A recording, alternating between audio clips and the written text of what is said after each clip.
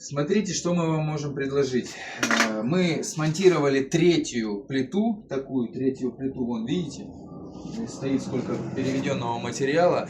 И только на третий раз мы, в принципе, практически, не полностью, практически все доработали. И завтра уже вот с этими недоработками, что сейчас есть мелочами, завтра уже едем заправлять газовый баллон и будем тестировать. Купим замер температуры, этот измеритель. Будем температуру мерить, показывать вам. И вот такое вот решение получилось. Смотрите, сейчас вам покажу.